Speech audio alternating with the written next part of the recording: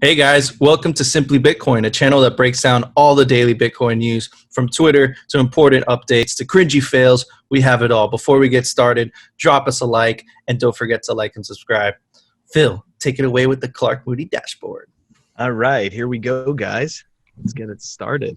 Clark Moody dashboard. All right, the block height is 645,212. We're looking at a Bitcoin price of 11,754. Oh wow, the GBT premium is minus 100%. That's bugged out. That doesn't make sense. Could you imagine? Let's sell our Bitcoin, bro. Just buy GBTC. All right. So unfortunately, I'm sure there's a bit of an issue with the GBTC premium right now. It's definitely not minus 100%. Oh my God. Yeah, we'll figure that out later. But chain rewrite days 536 and total Lightning capacity 1,037.18 BTC. Dude, it keeps going higher. When we finished last week, we were at 1024. Dude, and remember the beginning of last week, it was like 987, man. That's crazy. That's absurd. That's really cool. So, Phil, I think it's time for the Daily Fail. Here we go. And the Daily Fail today is, all right, here we go. The Daily Fail is Ivan on tech. All right.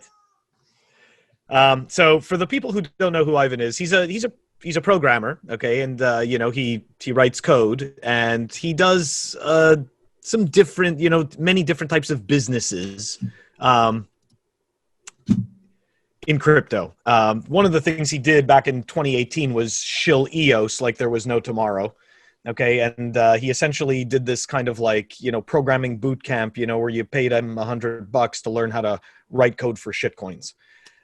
Anyways, to me, like I used to, before I really understood the space, I used to think that, he was like he was something positive in Bitcoin particularly, and obviously I was completely wrong. And he's just a shitcoiner that gets people to, buy his services. And unfortunately, it's just absolute garbage. So he is the fail for today. And essentially what happened was that so he was going to do this report. Like the whole key to this is that he was going to do this report and it got leaked.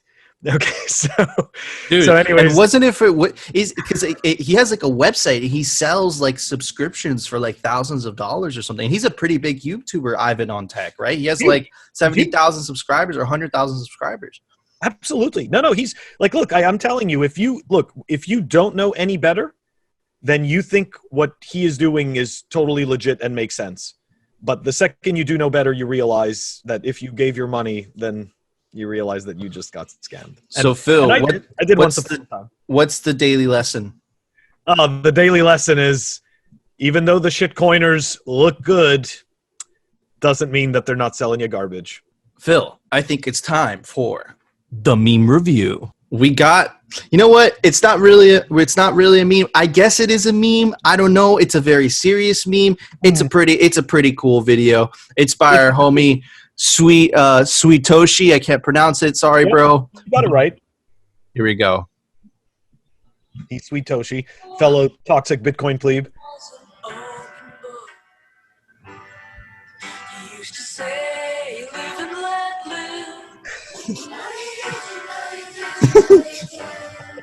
But if this ever-changing world in which we live in makes you give in and cry, say live and let. Is that a James Bond song? Well, I mean, a few people have made it over, but the only version I grew up with was the one from Guns N' Roses, because I'm an 80s kid, so... All right, Phil. What are we? Well, I think we let's evaluate here. Evaluate. Good structure. It was a good structure. Slightly confusing. All right, Phil. I'm ready with my score. I give it a 8.5. Why? Because it It was really good. It was really well produced, but I feel like it had no story, so I was a bit confused on that aspect. But I do give it an 8.5 for the high production. All right. Well, 7.5. Ooh. so, but I love Sweet Toshi. Don't get me wrong. He's one of my boys, and I think he's awesome, and he does amazing work. And I of course love huge shout out to Fartface 2K because he's the dude that runs Bit Piggies.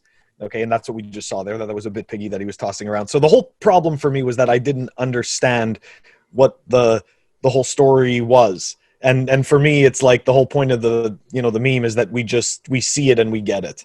So, but I always love his work. So it was very well produced, but I didn't quite understand the meme. So yes. I'll give it an 8.5 for effort, but I would have been a perfect 10 if it was funny because it had great production. Anyways, yeah. Phil, it's time for the Daily News, sponsored by Crypto Cloaks. All right, Phil, we got some very interesting news today. Well, this one is interesting. This is just a follow-up to the whole Wasabi drama that's been going on. Experts weigh in on the Wasabi response. I know we've been talking about this a lot. So, these are third-party experts. So if they're not related to Wasabi, they're not related to Samurai. So let's see what they have to say. It says, disclosed vulnerabilities are not affecting the security of the wallet, affected only the anonymity in some coin join scenarios, which the user is mixing more. Doing privacy correctly, especially with tools like coin control, requires some learning and attention.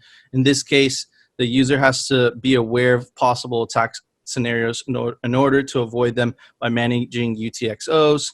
There were many clashes in the past, more or less reasonable, but generally Samurai Research does a good and interesting job for the privacy ecosystem of Bitcoin. Most of the claims against Wasabi are based around the aforementioned problem, which is that it requires some knowledge to use it properly, privately.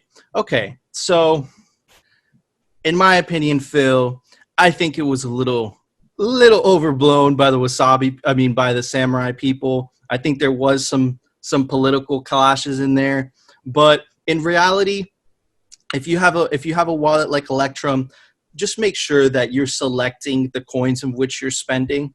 Don't just allow Electrum to spend it for you, because there you might compromise your security. What do you think, Phil? You know what? I've been watching this. I'd like to say that I've been watching this closely, but I do find it, slightly confusing because both parties to a certain extent have interesting stories. From what I understood, there's a specific government entity that, actually, agrees with using the Wasabi wallet, which is very strange.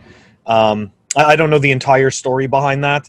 And from what I've seen on the Samurai side, their claims do appear to be legitimate. But again, like it just said there, that the issue is really not as bad as people think. It just has to do with when you're mixing more coins. But I think it also has to do with having a lower anonymity set. Like I believe that if you mix with a lower anonymity set at the beginning, it doesn't matter how many times you remix. Like you have to start off with that really large anonymity set to begin with. Like, especially if you're going to do a large amount of coins. But again, I'm not an expert in this, and I'm digging in and learning it as I go along. But so far, this is what I've understood. So to be honest, I'm on the fence. I'm letting this play out, and we'll see what happens. But just guys, make sure that you select the coins in which you're spending from. You could do that on Electrum. You could do that on multiple other wallets. Don't let the wallet itself pick the coins of which. Don't let the Electrum wallet build the transaction yourself. Make sure that you have coins that are privacy centric, and make sure that you have coins that are KYC compliant. But I hate saying that, but you guys know what I mean. That's why I said it. Anyways, the next piece of news today was a pretty big deal. Actually, it is the piece of news for today. It's what everyone is talking about. It's another company has decided to diversify its cash holdings into Bitcoin to avoid a loss of purchasing power. Marty Bent tweeted about this. Plan B tweeted about this. He says this is a phase 5. He says this is the next epoch of Bitcoin in which countries, governments, companies, public companies, which we saw with the MicroStrategy purchasing $257 million worth of Bitcoin the other day. This is just more proof of what's going on. Here's the founder basically explaining why they're holding Bitcoin as a reserve asset. He is the founder of Snappa HQ. And here's the official response. Let me summarize it a little bit to you. It says, let me ask you a question. Would you rather save money in a currency whose supply is inflating each year? Or would you rather save in a currency whose terminal supply is programmatically fixed, right? And that kind of explains a little bit about the reasoning behind it. And it's the same reason that MicroStrategy chose to also keep their cash reserves in Bitcoin, which has a limited cap, a stop cap. I don't know what the correct vocab is for that. A capped cap at 21 million. Hard cap. A hard cap. There we go. Thanks, Phil. Versus, the dollar, which, not even, I don't even think the Fed knows what the fucking cap. There is no cap. They just print it at their own free will. What are your thoughts on that, Phil? I mean, obviously, I'm super excited that now another company is deciding to hold it as a reserve currency. One thing it does make me think of, though, is what is that going to mean if more companies start to hold it as a reserve currency, for the tax implications for those of us that have been, maybe hodling Bitcoin for a long time already? Like, what does that mean for us when we go to withdrawal? So it's going to be very interesting. I think it's very interesting. Obviously, I think it's great, for Bitcoin that another company gets, understands what's wrong with the money and understands what they need to do to preserve their value going forward for what they're holding in cash. So absolutely, kudos to them. Absolutely. Phil, you were talking to me about your podcast. Tell me more about it. I know it drops later this week. That's right. On Thursday, on the Fun with Bitcoin podcast, I'm dropping my interview with Sawala, who's a fellow Bitcoiner. He's also lovingly known as Buckethead.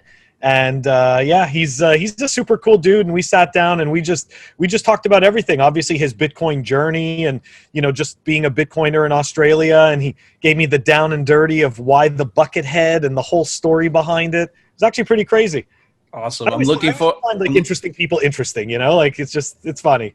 You just want to know more about why they are who they are. So absolutely. I'm really looking forward to listening to that podcast. You guys should go definitely check it out and subscribe to Fun with Bitcoin podcast.